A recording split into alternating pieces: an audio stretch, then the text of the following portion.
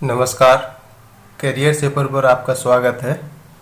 मैं हूं सुभाष पोद्दार। यह सेट मॉडर्न इंडियन हिस्ट्री पर है, जिसमें growth and development of Indian national movement के अंतर्गत मुख्यतः दो घटनाओं पर ध्यान दिया गया है। पहला है एक grand united national political organization की ओर ट्रेंड्स यानी रुझान। दूसरा है फाउंडेशन ऑफ आईएनसी यानी इंडियन नेशनल कांग्रेस। सभी प्रश्न कमीशन स्तर के हैं और सदा टिकाऊ हैं यानी एवर लास्टिंग हैं। आइए इस सेट को हल करें। क्वेश्चन नंबर 1 देखें। ईस्ट इंडिया एसोसिएशन से संबंधित असत्य कथन की पहचान करें। ऑप्शन देखें। इसकी स्थापना लंदन में अक्टूबर 1866 को हुई, ये सही है। इसकी शाखाएं कलकत्ता और बॉम्बे में स्थापित करनी थी, ये भी सही है। ऐसा होप किया गया था। सी देखें। इसकी शाखाएं मद्रास और बॉम्बे में स्थापित करनी थी, यही गलत है। डी दावा किया कि यह आमतौर पर जनहित और भारत के निवासियों के लिए कार्य करेगी, ये भी सही है। तो इस तरह से इसका आंसर हो गया सी, यही असत्य कथन है। दूसरा देखें। पूना सार्वजनिक सभा ने बॉम्बे और बंगाल के प्रतिनिधियों को साथ काम करने की सलाह दी। ऐसी सलाह कब दी गई थी? ये देखें, ये 1877 में इस तरह का बात किया गया था पूना सार्वजनिक सभा की तरफ से। इसका आंसर बी हो गया 1877।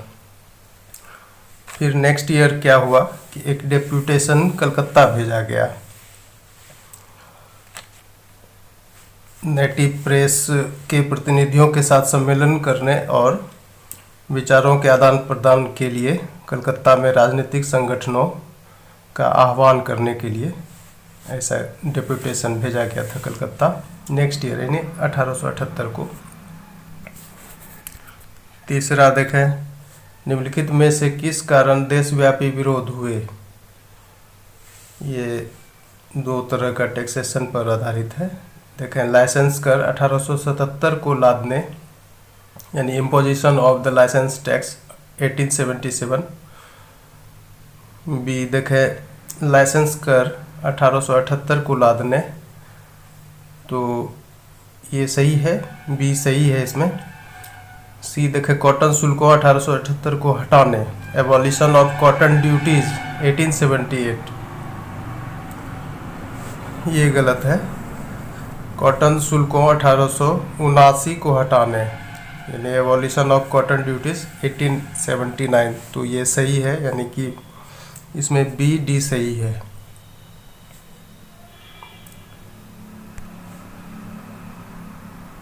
बी और डी सही है इसमें। Imposition of the licence tax 1878 और एबॉलिशन ऑफ कॉटन ड्यूटीज 1879 के लिए ही देशव्यापी ये किया गया था, विरोध किया गया था। इसका आंसर हो गया आपका ई। 4 नंबर देखें।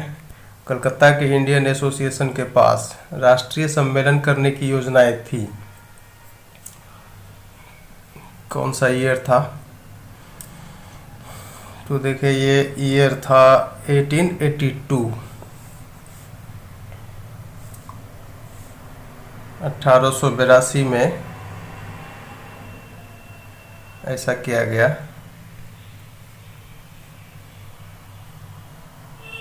1882 एक तरह का नेशनल कॉन्फ्रेंस कॉल करने का प्लान था इंडियन एसोसिएशन के पास 1882 में ही। 5 नंबर देखें।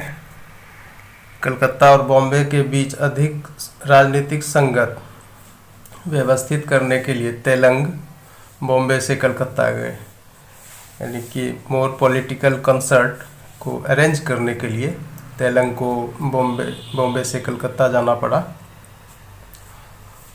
तो ये कि ये कब हुआ? तो ये ठीक 1 ईयर लेटर हुआ, यानी कि 1883 में। 1883 उद्देश्य क्या था तेलंग का कि federation of the native press बनाने की योजना थी। उसके बाद फिर नेशनल न्यूज़पेपर शुरू करने का स्कीम था, और फिर इंडियन कॉन्स्टिट्यूशनल रिफॉर्म एसोसिएशन स्थापित करने की योजना थी। इन्हीं सब बातों को लेके वो कलकत्ता गए थे 1883 में, तेलंग।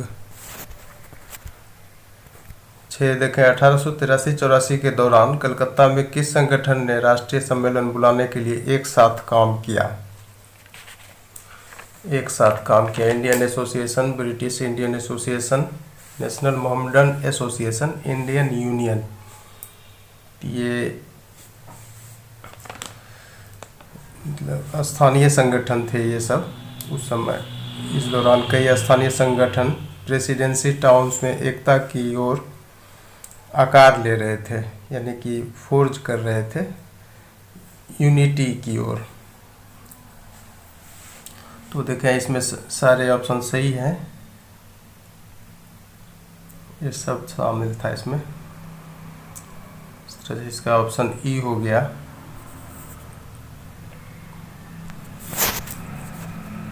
सात नंबर देखें, भारत से रिपन के प्रस्थान के लिए देश भर में प्रदर्शन हुए। कब ऐसा प्रदर्शन हुआ था कि रिपन का यहाँ से ये लोग चाहते थे विदाई हो जाए भारत से? तो देखें नवंबर दिसंबर 1884 की बात है ये।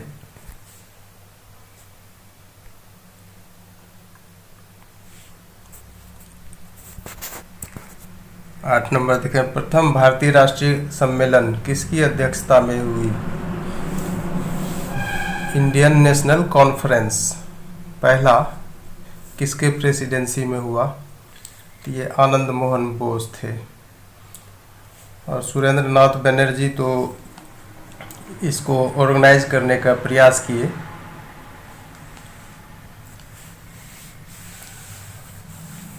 और तो इसका आंसर बी हो गया।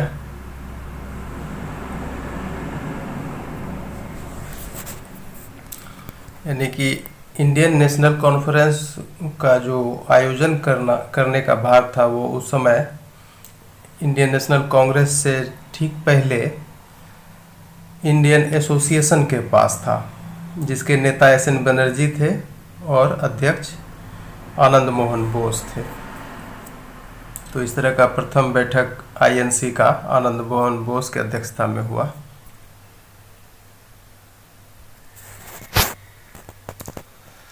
और ये जो दिसंबर 1883 में प्रथम आईएनसी की बैठक हुई इंडियन नेशनल कॉन्फ्रेंस की, जिसके लिए सभी बड़े शहरों यानी टाउन्स के प्रतिनिधियों को आमंत्रित किया गया, इसकी अध्यक्षता आनंद मोहन बोस ने की थी। 9 नंबर देखें, प्रथम भारतीय राष्ट्रीय सम्मेलन में किसने यह उम्मीद जताई कि सम्मेलन एक राष्ट्रीय संसद के निर्माण में प्रथम चरण साबित होगा? ये अच्छा है, राष्ट्रीय संसद के निर्माण में प्रथम चरण साबित होगा प्रथम भारतीय राष्ट्रीय सम्मेलन। ऐसा उम्मीद कौन जताया? तो इस तरह का स्टेटमेंट श्री आनंद मोहन बोस का ही था। 9 का बी हो जाएगा आंसर।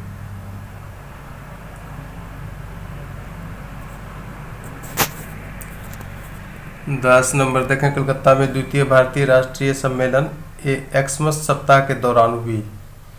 कब? तो ये 1885 में ही हुआ था। इसका आंसर सी हो जाएगा। हालांकि इंडियन नेशनल कॉन्फ्रेंस शीघ्र ही ज़्यादा लोकप्रिय और ज़्यादा रिप्रेजेंटेटिव इंडियन नेशनल कांग्रेस के द्वारा इक्लिप्ट हो गया, यानी कि उसमें वो दब गया। जब इंडियन नेशनल कांग्रेस सामने आया तो फिर इंडियन नेशनल कॉन्फ्रेंस एक तरह से ख़त्म हो गया।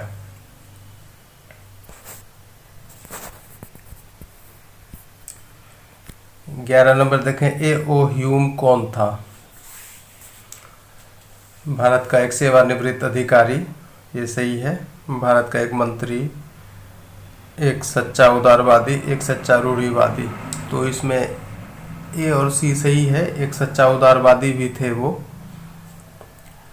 तो इस तरह से इसका आंसर ई हो जाएगा।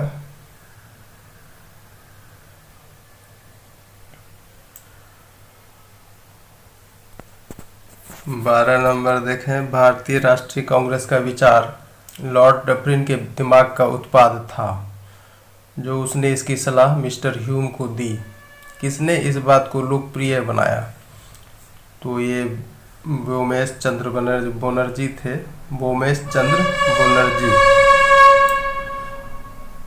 इन्होंने ही इस बात को पॉपुलराइज किया। डफरिन का विचार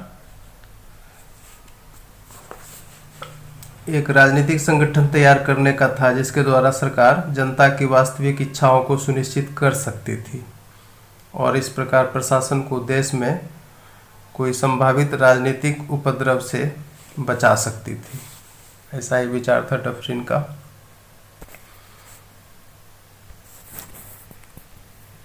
तेरह नंबर तक है, भारतीय राष्ट्रीय कांग्रेस सेफ्टी वाल्व के रूप में सेवा देने के लिए संगठित किया गया था। किसने कहा? ये बहुत अच्छा प्रश्न है। ये बहुत ही एक तरह से कहिए कि वीवीआई क्वेश्चन हुआ सेफ्टी वेल्व से रिलेटेड भारतीय राष्ट्रीय कांग्रेस में। तो देखिए, ये लाला लाजपत राय थे जिसने ऐसा कहा। क्या तर्क था इनका? देश में बढ़ती अशांति के लिए और ब्रिटिश साम्राज्य को बल देने के लिए इसका ये किया गया, संगठन किया गया था, एक तरह का सेफ्टी वेल्व के रूप में सेवा लेने के लिए। 14 नंबर देखें, डफरिन का विचार न सिर्फ ब्रिटिश शासन को किसी खतरे जो इसे धमकाया से बचाना था बल्कि इसे ताकत देना भी था। किसका कथन था? तो ये भी लाला लाजपत राय का ही कथन था, उन्हीं का स्टेटमेंट था ये। 15 नंबर देखें, राजनीतिक शिकायतों का निवारण और भारत की राजनीतिक तरक्की केवल एक उप उत्पाद था, बाय प्रोडक्ट था और गौण महत्व का था, यानी सेकेंडरी इम्पोर्टेंस का था। डफरिन के विचार के संबंध में ऐसा किसने कहा? तो ये भी कथन लाला लाजपत राय का ही है। 15 का सी हो गया आंसर। ये सब अच्छा स्टेटमेंट है, ये सब आता रहता है एग्ज़ाम में, कमीशन लेवल के एग्ज़ाम में। 16 नंबर तक ये भी एक स्टेटमेंट है और आपको थोड़ा कंफ्यूज करेगा कि इस तरह का स्टेटमेंट कौन दे सकता है। देखिए, बिखरे हुए व्यक्तियों, चाहे सामर्थ्यवान और चाहे अच्छे अर्थ वाले, अकेले शक्तिहीन हैं। जो आवश्यक है वह है संघ, संगठन और सुपरिभाषित कार्य की रेखा, यानी लाइन ऑफ एक्शन, और इन्हें सुरक्षित रखने के लिए एक एसोसिएशन की ज़रूरत है। कलकत्ता विश्वविद्यालय के स्नातकों को संदर्भित यह खुला पत्र किसने लिखा? Lord Dufferin, A O. Hume, S N. Banerjee, W C. Banerjee. तो ये ए.ओ. ह्यूम थे। इन्होंने ही एक ओपन लेटर कलकत्ता यूनिवर्सिटी के ग्रेजुएट्स को लिखा था और उन लोगों से आह्वान किया था कि वो इस मूवमेंट में शामिल हों। और देखिए, मिस्टर ह्यूम जो थे उन पर एक अखिल भारतीय चरित्र के संगठन को एक व्यावहारिक और निश्चित आकार देने को कहा गया था। तो स्वाभाविक था इन पर एक जिम्मेदारी थी इस तरह का कुछ पॉलिटिकल ऑर्गेनाइजेशन को बनाने का।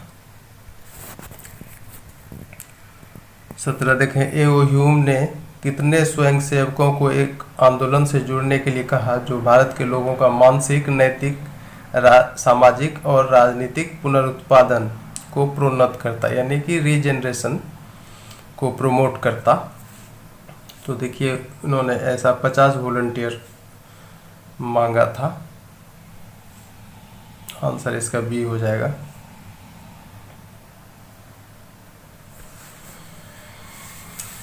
मिस्टर ह्यूम एक राजनीतिक संगठन की आवश्यकता और चाहत, डिजायरेबिलिटी के बारे में काफ़ी गंभीर थे, यानी डेडली अर्नेस्ट थे। तो उन्होंने काफ़ी काम किया इस ओर। 18 देखें, भारतीय राष्ट्रीय कांग्रेस के लिए ए.ओ. ह्यूम ने सहानुभूति और समर्थन प्राप्त किया। किससे इनको सिंपैथी और सपोर्ट मिला इंडियन नेशनल कांग्रेस के लिए?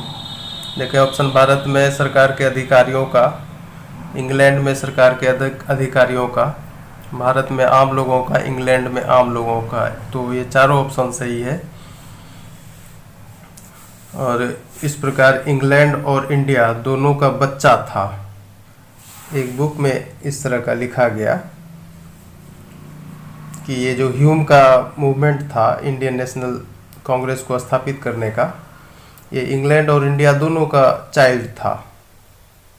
ये एक फिलिप वुडरफ्स का बुक है, the man who ruled India, उसी से लिया गया ये संदर्भ है। तो देखें इसमें सारे ऑप्शन सही हैं, ये सब सही है। आंसर इसका ये चला गया। 19 देखें, एस.एन. बनर्जी एक बर्खास्त सरकारी सेवक थे। कहाँ पे सेवा दे रहे थे? देखिए इंडियन सिविल सेवा, इंडियन रिवेन्यू सेवा, advanced political views, advanced political analysis. तो सी होगा इसका आंसर। एडवांस्ड पॉलिटिकल व्यूज के ये एक बर्खास्त सरकारी सेवक थे। और एस.एन. बनर्जी ने इतालवी राष्ट्रवादियों जैसे मैजनी और गैरिबाल्डी के विचारों और शिक्षाओं को लोकप्रिय बनाने का काम अधिक किया था, इसलिए शायद उसको हटाना पड़ा होगा। तो ये देखें 20 नंबर देखें, हाल के अनुसंधानों ने सिद्ध किया है कि एलन ह्यूम थे। क्या थे एलन ह्यूम? एक ज्ञानी साम्राज्यवादी, इनलाइटेंड इंपेरियलिस्ट, एक रूढ़िवादी साम्राज्यवादी, एक प्रतिक्रियावादी साम्राज्यवादी और एक अराजकतावादी साम्राज्यवादी। तो इसका आंसर ए हो जाएगा। इनको ऐसा ही माना गया, एक ज्ञानी साम्राज्यवादी। उन्हें शासकों व शासितों के बीच बढ़ती खाई का आभास हो गया था। उसने एन.एन. बनर्जी द्वारा 1883 में स्थापित इंडियन नेशनल कॉन्फ्रेंस को कंसिडरेबल मिसगिविंग्स के साथ देखा। तो ये उस समय की जो राजनीतिक गतिविधि थी उसको ये अच्छी तरह से पढ़ पा रहे थे, शायद इसलिए इनको एक ज्ञानी साम्राज्यवादी कहा गया। 21 देखें, ह्यूम ने निम्नलिखित में क्या फैसला लिया? इंडियन नेशनल कॉन्फ्रेंस को समर्थन करने का, इंडियन नेशनल कॉन्फ्रेंस को नज़रअंदाज करने का। तो ये बी सही है, उसको बाईपास करने का इन्होंने डिसाइड किया इंडियन नेशनल कॉन्फ्रेंस को।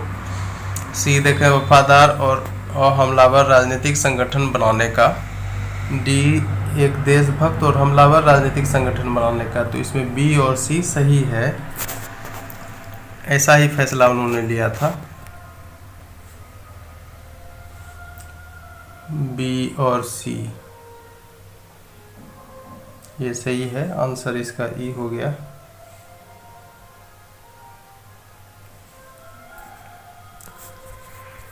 बाईस देखें, ह्यूम इंडियन नेशनल कांग्रेस को संगठित करने में सफल रहे और इसे बनाया। कम से कम शुरुआत में एक ऐसे मंच के लिए किस तरह का मंच शुरू में था इंडियन नेशनल कांग्रेस। देखें, ब्रिटिश समर्थित, प्रो ब्रिटिश, ब्रिटिश विरोधी, एंटी ब्रिटिश, रूसी दुष्प्रचार समर्थित, प्रो रशियन प्रोपेगेंडा, रूसी दुष्प्रचार विरोधी, एंटी रशियन प्रोपेगेंडा। तो इसमें ए और डी सही है। ब्रिटिश समर्थित और रूसी दुष्प्रचार विरोधी मंच था शुरू में इंडियन नेशनल कांग्रेस। तो देखिए ए और डी सही है, आंसर इसका भी ई हो गया। 23 नंबर देखें, प्रथम इंडियन नेशनल कांग्रेस की बैठक श्री वोमेश चंद्र बनर्जी की अध्यक्षता में हुई। ये सभी जानते हैं, बॉम्बे में हुई थी और 1885 में हुई थी। आंसर इसका सी हो गया।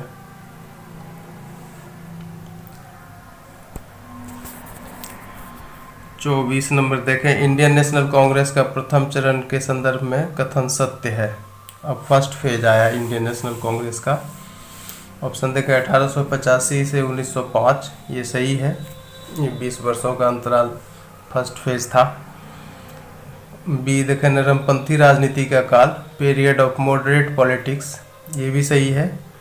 सी देखें चाय पार्टी राजनीति का काल, period of T party politics, ये भी सही है। डी देखें राजनीतिक भिक्षावृत्ति का काल, पीरियड ऑफ पॉलिटिकल मेंडिकेंसी, ये भी सही है। तो चारों ऑप्शन इसके सही हैं। फर्स्ट फेज में ऐसा ही लक्षण था आईएनसी का, ये सब सही है। आंसर इसका ये चला गया।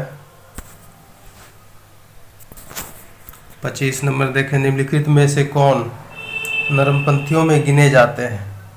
पीएम मेहता, डी वाचा, डब्ल्यूसी बनर्जी, एसएन बनर्जी। ये सभी मॉडरेट थे यानी नरमपंथी थे। साथ ही दादा भाई नौरोजी भी नरमपंथी कहे जाते थे। इन सबों ने आईएनसी फर्स्ट फेज के दौरान कांग्रेस पॉलिटिक्स को डोमिनेट किया। ये लोग उदारवाद और मॉडरेट पॉलिटिक्स में विश्वास रखते थे और नरमपंथी कहे गए। तो इस तरह से इसका भी ये सब सही है और ऑप्शन ई चला गया आंसर में।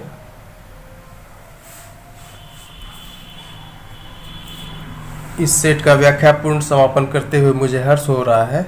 आगे और सेट बीपीएससी उद्देश्य से लाए जाएंगे। तब तक आप कैरियर से पर वीडियो देखते रहें और लाभ उठाते रहें। बहुत बहुत धन्यवाद।